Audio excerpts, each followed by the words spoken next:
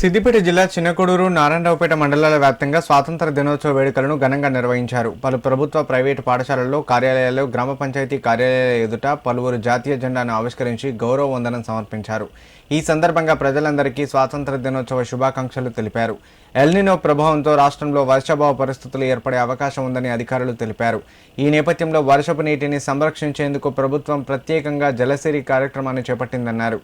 ప్రతి ఇంటికి ఇంకుడు గుంద, ప్రతి పొలానికి పంటకుంట, ప్రతి ఊరికి ఊరకుంట ఏర్పాటు చేసేందుకు ప్రభుత్వం చర్యలు తీసుకుంటుందని తెలిపారు. వర్షపు నీటిని భూమిలోకి ఇంకించి భూగర్భ జలాలను పెంపొందించడమే ఈ కార్యక్రమం ప్రధాన ఉద్దేశమన్నారు.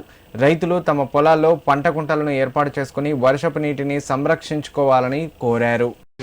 80వ స్వాతంత్ర దినోత్సవ శుభాకాంక్షలు. ప్రత్యేకంగా నేను చెప్పదలుచుకున్నది అంటే ఎల్నినో ప్రభావంతో వర్షాభావ పరిస్థితులు ఏర్పడే దాని ఉంది. దానికోసం ప్రభుత్వం ప్రత్యేకంగా ఒక జలసిరి కార్యక్రమం తీసుకోవడం జరిగింది.